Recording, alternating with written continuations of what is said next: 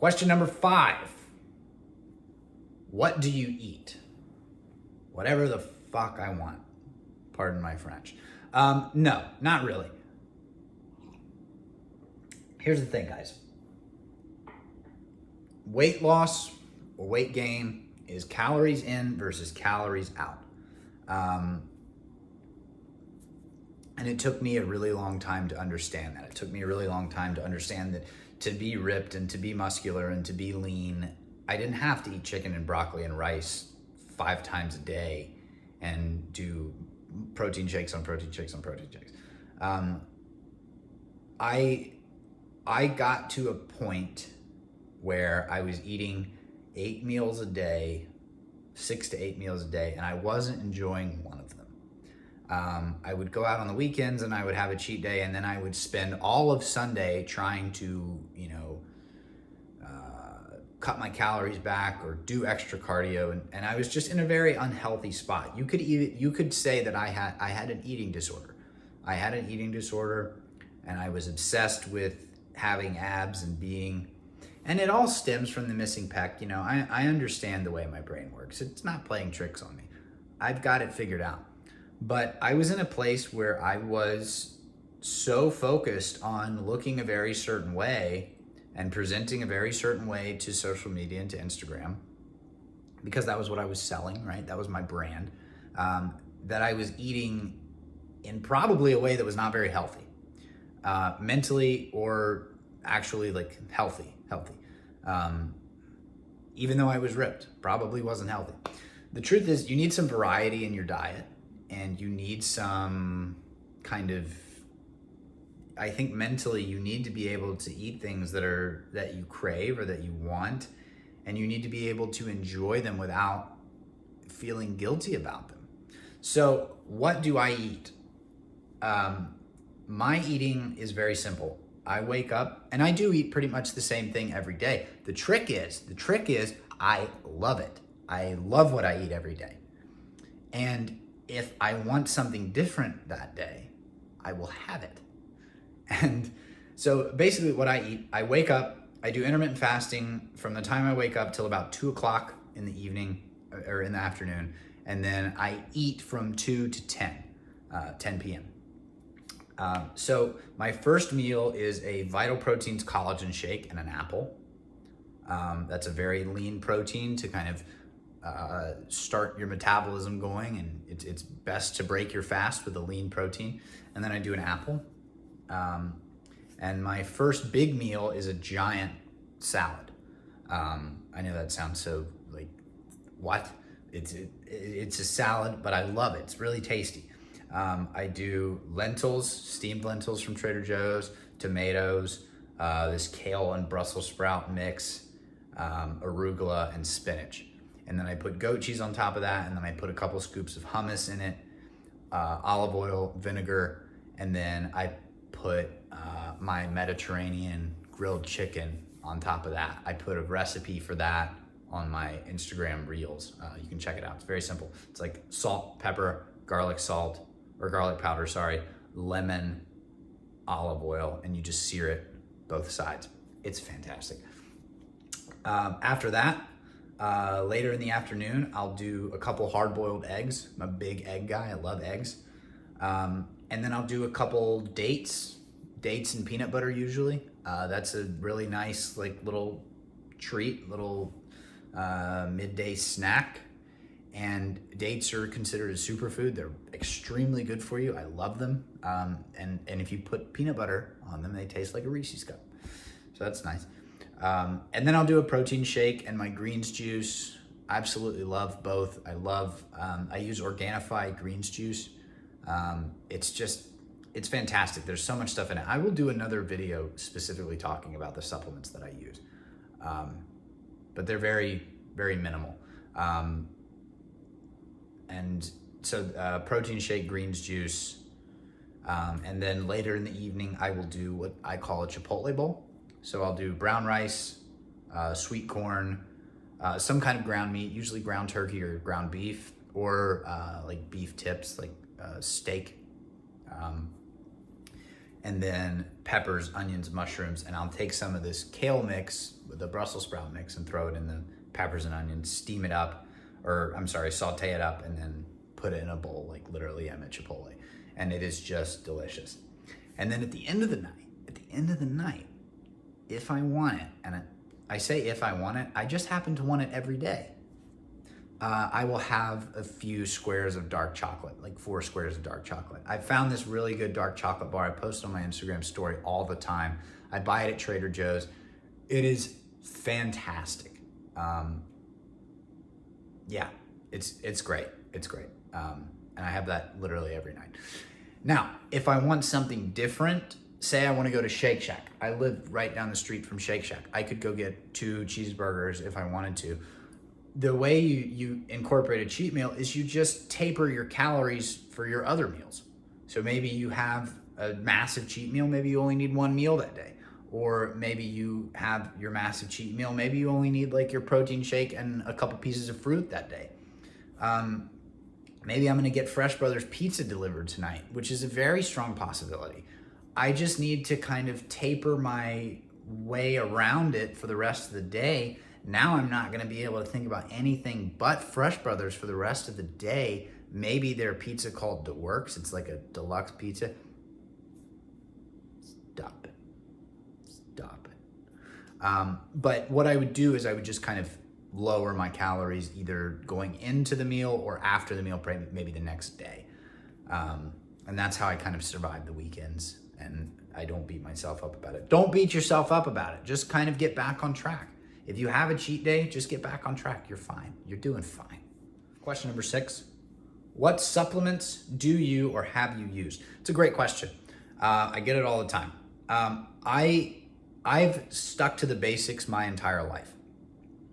My entire 10 years of training. Basically, what I use is a multivitamin, men's multivitamin, fish oil, vitamin C, vitamin D, and some sort of protein powder. Those have been the 5 that I've kind of used my entire life.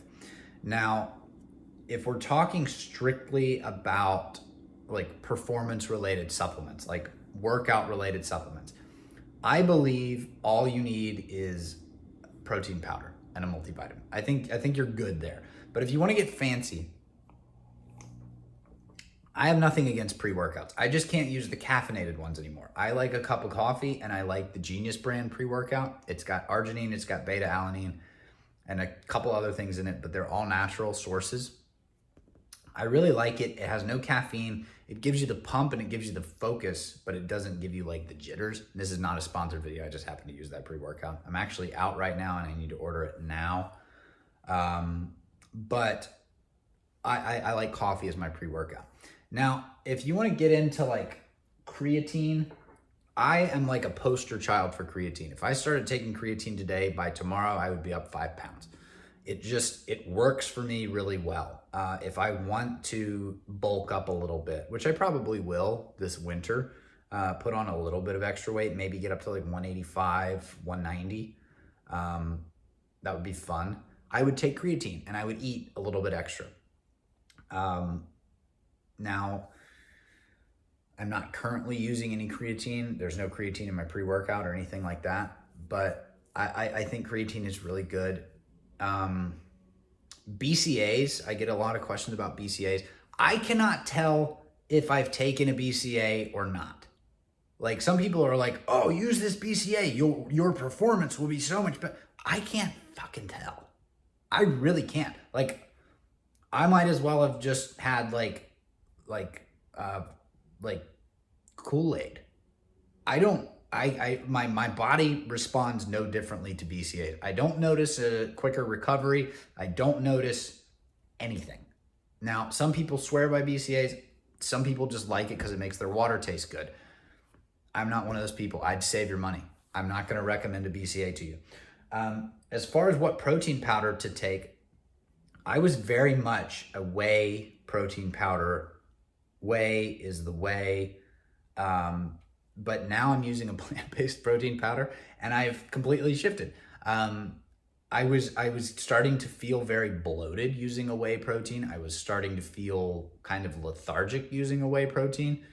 And I figure I have so much animal product coming in just from my diet that I didn't need my extra protein to be animal based.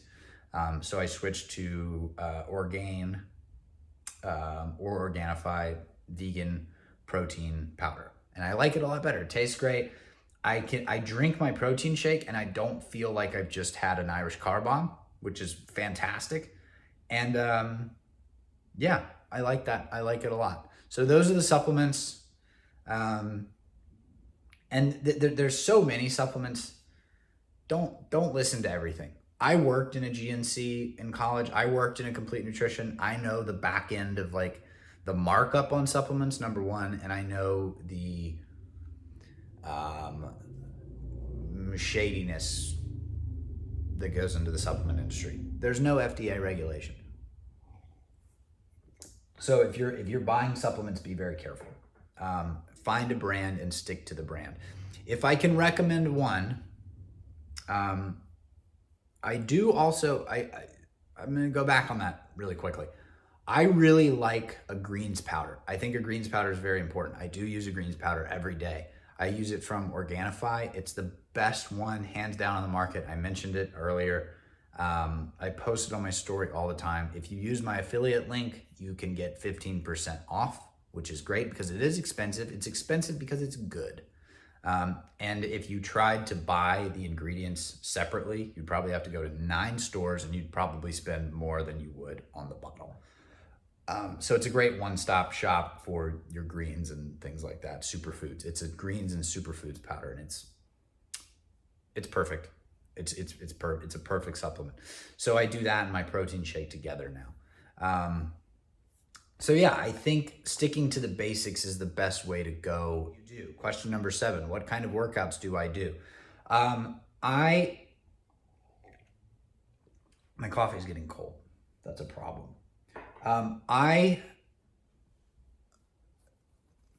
kind of workouts do I do?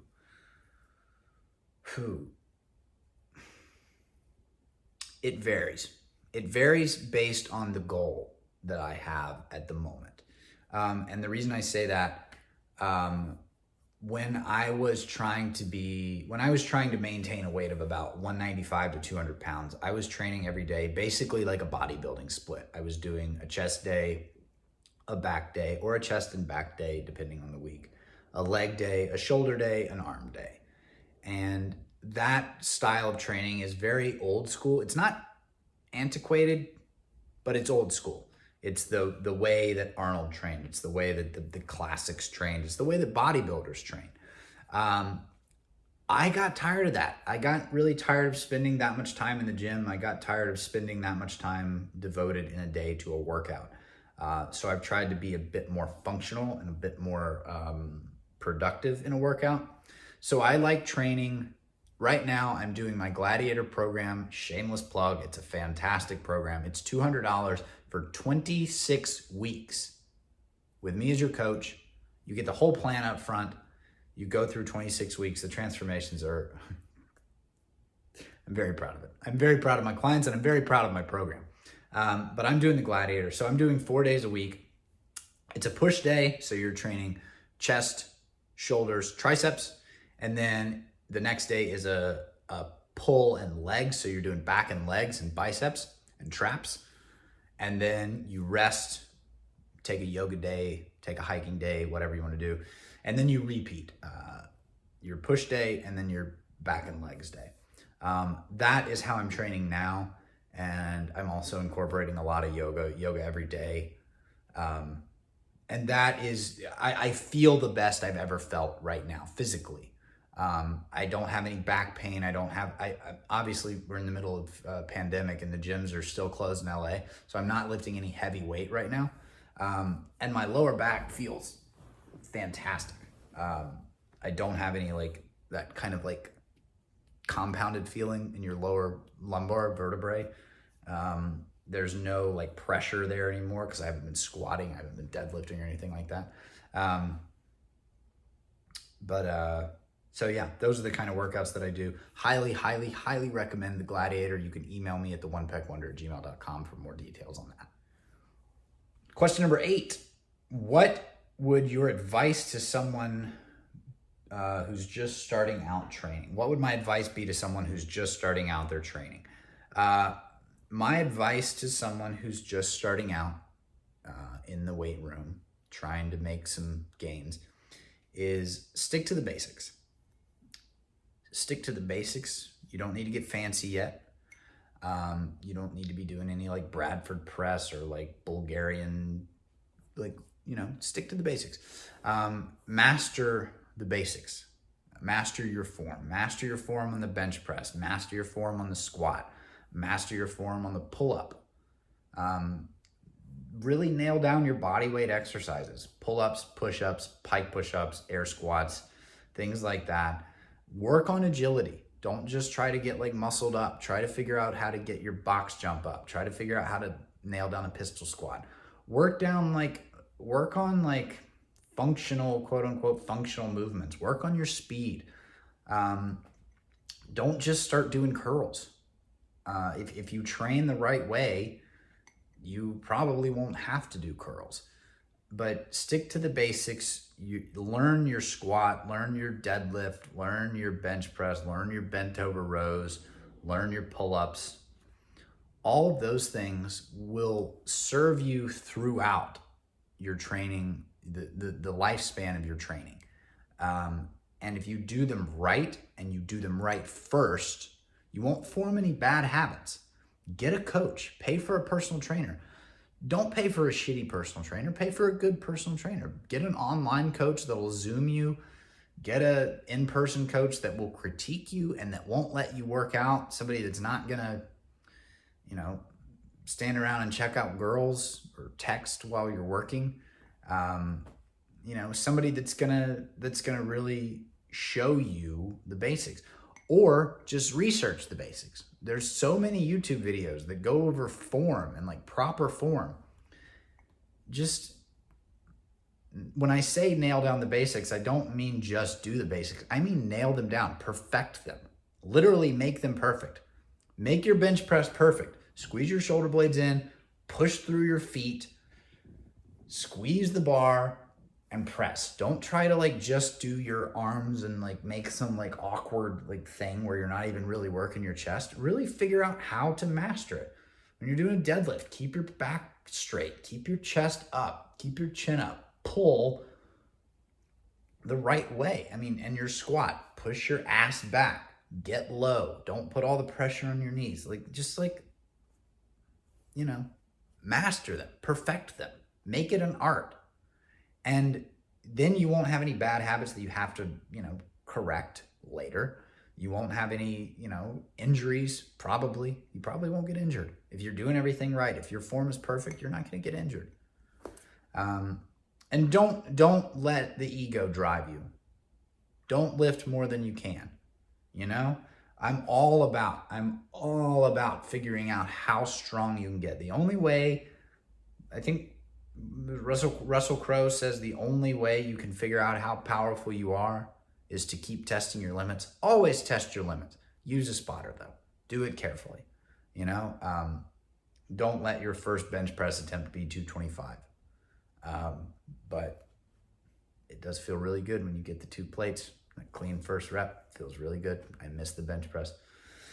I would be fascinated to see if I could bench 225 cold right now.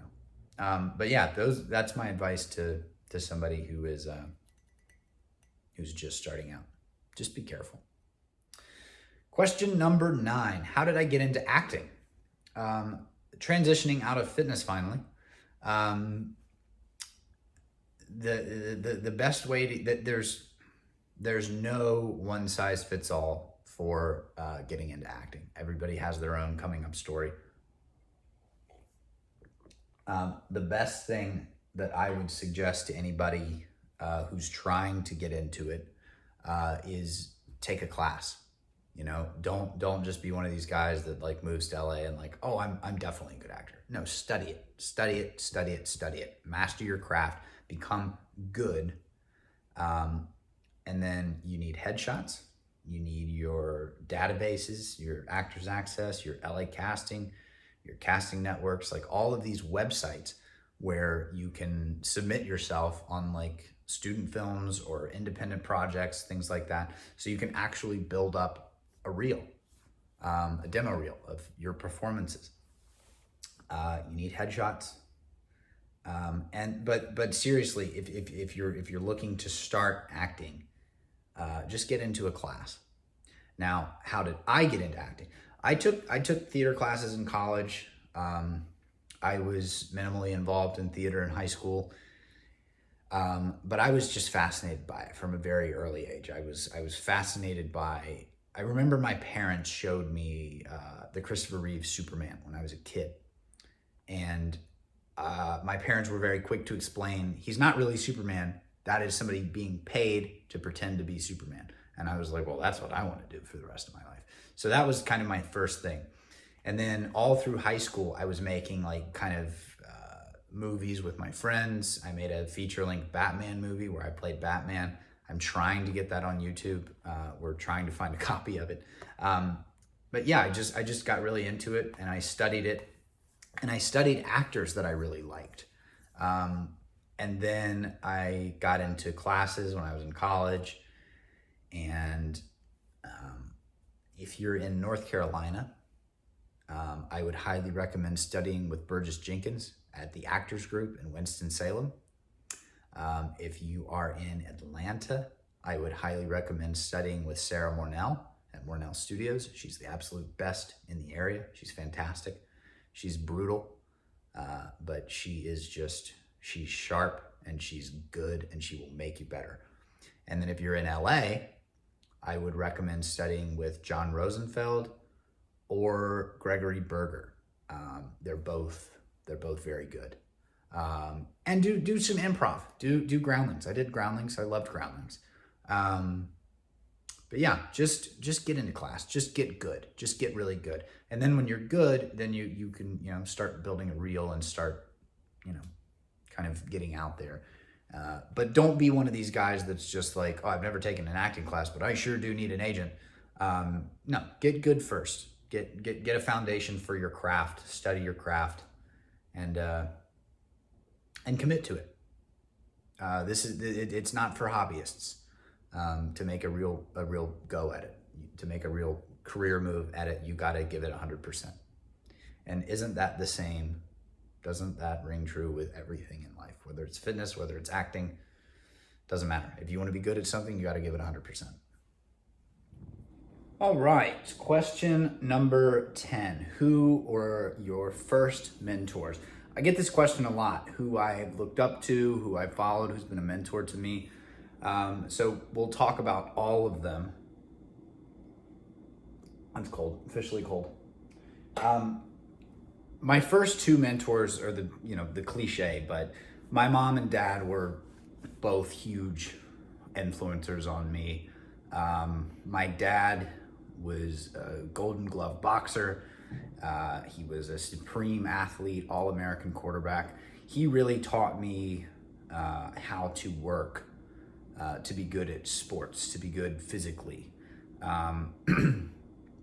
and instilled that at a very early age. My mom is a single mom. My parents are divorced, and she was a prosecutor. She was in the SBI, the State Bureau of Investigation. She is a professor, a graduate school professor at a very good university. And she was a huge influence on me, just as she's so smart. She's the smartest person I've ever met. And she taught me how important school was, how important academics were, how important it is to be well-spoken, well-written, just how to, present yourself as well-educated, and how important it is to be well-educated. So I definitely think that was a huge influence on me. So those are my two original mentors, two best mentors. Then when I was in high school, I would say my mentor was Travis Mash. He was the first one that kind of taught me how to get past the missing pec and build strength and he kind of infused this passion for strength training and weightlifting into me. I worked under Malcolm Marshall for a while. He really taught me how to structure the meal plan. He taught me a lot about nutrition. When I was in college, I had some really great professors within the English program that really helped me not only get better as a writer, but just appreciate how, like, writings from the past, and just appreciate the art of it so much more. And they made me a better writer, and they made me a better person, really. I have friends that have been mentors to me, whether they know it or not. I've had great acting teachers. I mentioned Burgess Jenkins, I mentioned Sarah Mornell, I mentioned John Rosenfeld. All of them fantastic mentors. So I have been extremely lucky throughout life, really, to just get some really good people that I can look up to. As far as who I follow on social media, it changes. Originally, I remember when I first started social media, I saw my buddy Zach Deal. I call him my buddy. We're from the same town. I don't think we ever met in person. But he had hundreds and hundreds of thousands of followers, and I was like, oh wow, this guy makes money doing this. Like, I could do this. And I saw his page, and I saw, like, I could do this. So I consider him a mentor, even though, like I said, he probably doesn't know it. But people that I follow on Instagram, I follow a lot of cooking places. I follow fitness pages. The thing with fitness pages is if they can kind of encompass the entire lifestyle of working out, like Greg Gallagher, the Kino Body guy, Kino Man, he does that very well. It's all marketing, don't get me wrong, but he does it very well. He kind of builds this like idea of like training is a lifestyle, and your lifestyle will be better because you're training. And I like that. I like that a lot. Will Tennyson, my God, get that kid a show. Everything he says is hysterical. But I don't follow a lot of the big accounts anymore. I'm not following like any of these like very like pretty people. Like I don't follow Steve Cook anymore. I don't follow like the Jeff Sides. I don't need that anymore. They were great motivators back then, but I like my content better than theirs at this point, so I don't feel the need to follow them. Jeff Nippert is really good. He's very informative. People that can mix information and entertainment and give you good information. That's what I look for in who I follow on Instagram. All right, we made it. We're done. That is the first video of my 3-part Q&A series. Next week, we will do 5 personal questions. That one will be really fun. So are you ready for it? Here it comes, the obligatory, please like, subscribe, and comment. I will answer any questions you guys have that are like follow-up questions to these 10 questions. If you want to keep the discussion going, happy to do so. If you are looking for online coaching or personal training with a personal touch, send me an email, theonepackWonder@gmail.com, and I will talk to you guys next week. Thank you.